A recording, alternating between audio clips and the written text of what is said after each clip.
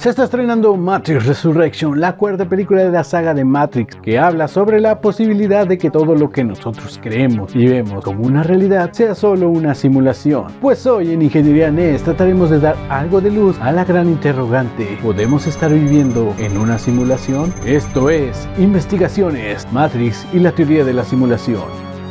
Capítulo 1. El origen.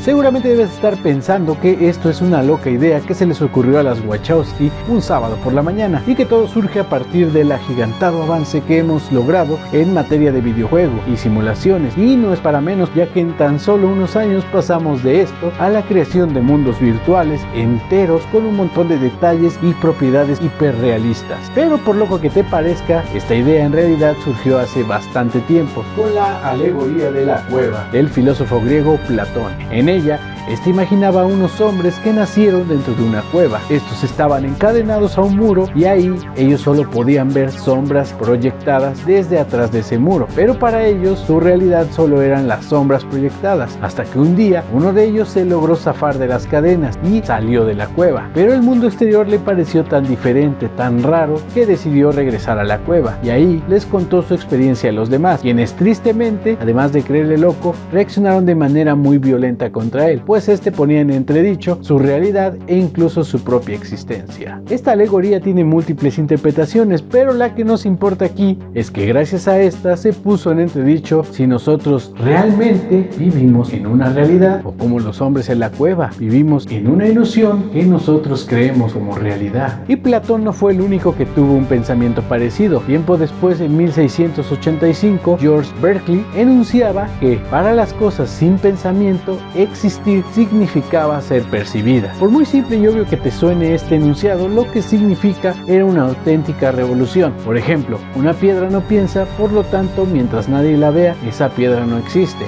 Y si alguien ve a la piedra, ya existe. Y te estarás preguntando, ¿y esto qué tiene que ver con el tema de la simulación? Bueno, pues al igual que en un videojuego, una simulación se compondría de pequeños polígonos, o al menos estaría intentando simular millones y millones de átomos de toda la materia, y eso supondría tener que correr una simulación con millones y millones de datos. Pero como dice el enunciado de Berkeley, esto significa que para no tener que procesar tantos datos en la simulación, solo es simulado lo que podemos ver y percibir, y lo que no es simulado hasta que alguien se percate de su existencia. Y todo esto podría sonarte como una suposición cualquiera, de no ser porque tiempo después se realizó un experimento que lo va a cambiar todo. Capítulo 2. El experimento de la doble rendija. Con este experimento se esperaba saber si la luz se comportaba como onda o como partícula. Este experimento consistía en hacer pasar luz por una pared con dos rendijas. Al pasar la luz y rebotar en la pared de enfrente, se generaba esta figura, la cual significaba que la luz se comportaba como onda, y si se generaba esta figura, significaba que la luz se comportaba como partículas. Entonces procedieron a poner una lámpara, pero en vez de lanzar luz, lanzaban partículas, y lógicamente el resultado tendría que ser ¿verdad? De las partículas. Pero cuando lo hicieron,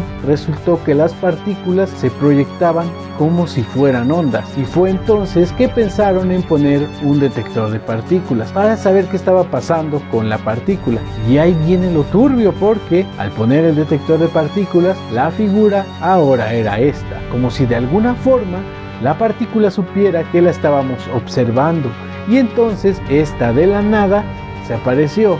Y aunque hay múltiples explicaciones de todo lo que pudo haber pasado, que si la función de onda y que no sé qué más, este experimento podría ser una prueba de lo que decía Berkeley: la partícula solo existe cuando es percibida. ¿No te parece al menos sospechoso? Capítulo 3. ¿Podemos saber si estamos en una simulación? Técnicamente, si fuéramos parte de una simulación, jamás nos enteraríamos. Así como en Matrix, las personas jamás son conscientes de la simulación hasta que son extraídos de esta. Nosotros también no somos capaces de reconocer que la realidad no es la realidad. Y esto pasa porque no tenemos otra forma de percibir nuestra realidad que no sea usando nuestros sentidos. Y lo turbio de todo esto es que nuestros sentidos pueden ser engañados, ya que para que nos sintamos en una realidad solo necesitamos tres simples condiciones, que son inmersión. La inmersión se refiere a una completa introducción de nuestro cuerpo y mente en el mundo simulado, donde todos los sentidos, gusto, vista, olfato, tacto y oído, deben de estar conectados y sincronizados a la simulación. Absorción. Dentro de la simulación deberíamos de tener la capacidad de absorber cosas, o al menos tener la sensación, como comida, conocimientos, ropa, calor, frío, etc. Saturación.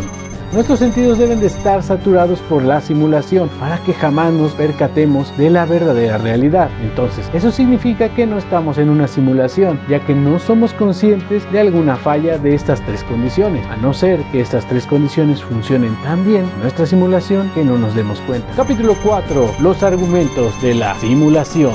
Este es Nick Bostrom, es un filósofo sueco de la Universidad de Oxford que realizó un argumento sobre la realidad simulada, estableciendo tres hipótesis y argumentando que al menos una de estas es posible. Primera hipótesis: la humanidad alcanzará la poshumanidad. Segunda hipótesis: es muy poco probable que la civilización genere una simulación computarizada de su historia evolutiva. Y hipótesis 3: es muy probable que estemos viviendo en una simulación de la historia de la civilización del poshumanismo. Vámonos por partes, ¿verdad? La primera afirmación se refiere a que es muy poco probable una era donde el ser humano sea superado por el poder de la computación o la inteligencia artificial, aunque pensándolo detenidamente, esta afirmación no nos parece del todo verdadera, ya que la inteligencia artificial en la actualidad está tomando gran importancia en nuestro día a día, sin mencionar que la capacidad de nuestras computadoras crece a niveles exorbitantes. La segunda hipótesis dice que es poco probable que la civilización pueda generar una simulación de su historia evolutiva.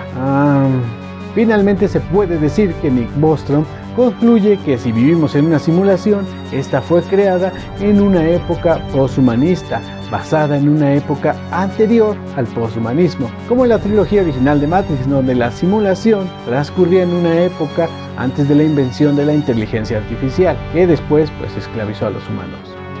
Capítulo 5. Los argumentos de la no simulación.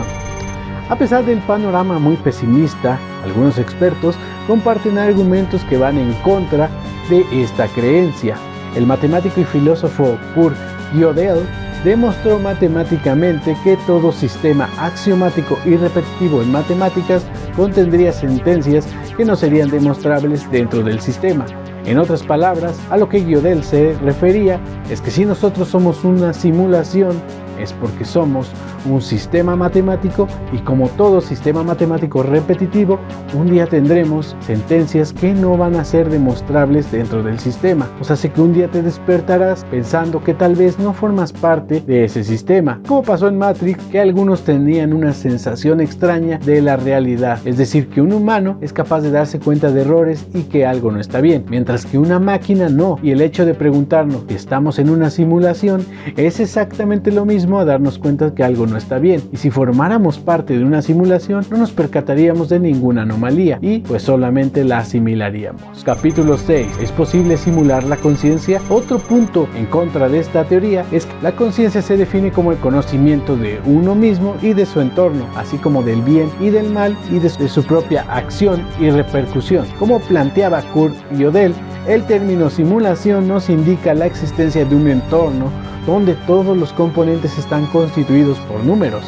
Estos números estarían realizando operaciones para recrear todas las variables de la realidad. Basándonos en esto, toda simulación significa números, y los números, como en las matemáticas, siempre son exactos. Entonces, en otras palabras, si simuláramos un dado y este siempre tuviera que dar un resultado aleatorio, este tendría que obedecer a una lógica matemática.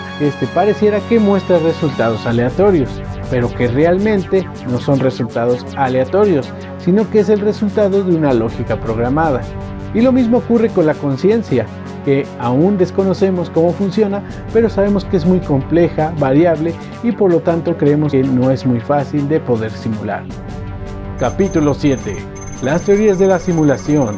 Teoría posthumanista. Como dice Nick Bostrom, la simulación podría ser creada por una inteligencia artificial, como se nos plantea en la trilogía original de Matrix, donde los robots y su inteligencia artificial casi extinguieron a los humanos, pero gracias a que necesitaban algo de ellos, en este caso su energía, es que deciden tenerlos prisioneros en la simulación de Matrix. Otro planteamiento de esta teoría sería la posibilidad de que una civilización extraterrestre esté corriendo esta simulación con el fin de conocer y estudiar o comprender a una extinta civilización humana. O incluso podemos pensar que humanos del futuro estén corriendo esta simulación con el fin de estudiar posibles cambios en los eventos históricos. Teoría del multiverso simulado. Como mencioné en mi video, el Spider-Verso y las teorías del multiverso, cabe la posibilidad de que el universo y sus posibles variantes sean resultados de una simulación. La teoría no suena nada descabellada teniendo en cuenta resultados como los experimentos de la doble rendija y las propiedades cuánticas de la partícula. Teoría del supercomputador. Esta teoría plantea que todo el universo es solo una simulación, hecha por una supercomputadora en otra realidad. El único contra que tiene esta teoría es que para simular los millones de elementos que componen al universo, se necesitaría de una computadora con un poder de procesamiento infinito, lo cual es matemáticamente imposible. Compártenos qué te parecieron las teorías de la simulación, cuál crees tú que es la correcta, y si es que no eres un humano simulado, por favor regálanos un me gusta y una suscripción. Nos harás simuladamente muy felices. Ingeniería Nest, ingeniería visual.